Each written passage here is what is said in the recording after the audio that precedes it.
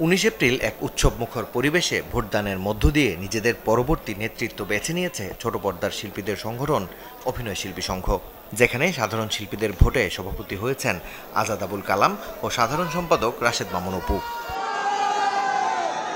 নির্বাচনের 4 দিনের মাথায় বুধবার নিকেতনে সংগঠনের নিজস্ব কার্যালয়ে শপথ নিয়েছে নবনির্বাচিত কমিটি, যেখানে তাদের শপথ বাক্য পাঠ করান সংগঠনের প্রধান নির্বাচন কমিশনার অভিনেতা খায়রুল আলম সবুজ। শপথ গ্রহণ শেষে শিল্পীদের কল্যাণে আগামী 3 বছর কাজ করবার প্রত্যয় ব্যক্ত করেন নতুন কমিটির সভাপতি সম্পাদক।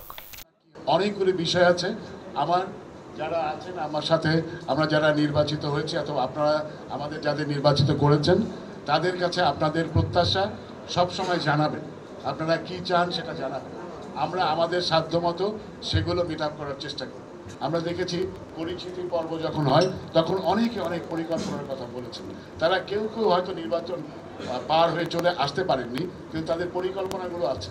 আমরা সেই পরিকল্পনাগুলো সব একসাথে করে সামনের দিকে আগাতে চাই।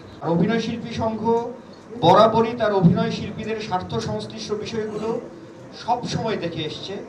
অতীতে আমাদের অগ্রজরা যে কাজগুলো আমাদের জন্য রেখে গেছেন, কিছু অসম্পূর্ণ কাজ আছে, সেগুলো আমরা এগিয়ে নিয়ে যাব এবং সামনে অনেক কিছু চ্যালেঞ্জের সম্মুখীন হতে হবে, কারণ একটা অস্থিতিশীল পরিস্থিতির মধ্যে দিয়ে আমাদের হয়তো যেতে হতে পারে।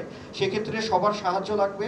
নতুন কমিটিকে শুভকামনা জানাতে আয়োজনে উপস্থিত ছিলেন বিদায়ী কমিটির সভাপতি ও নির্বাচনে ভোটের লড়াইয়ে পিছিয়ে থাকা আরেক সম্পাদক প্রার্থীও। আবার জম্বে মেলা, বটতলা, আটখোলা এরকম একটা ব্যাপার আবার ঘটতে হবে, সেরকম নিশ্চয়ই ঘটবে।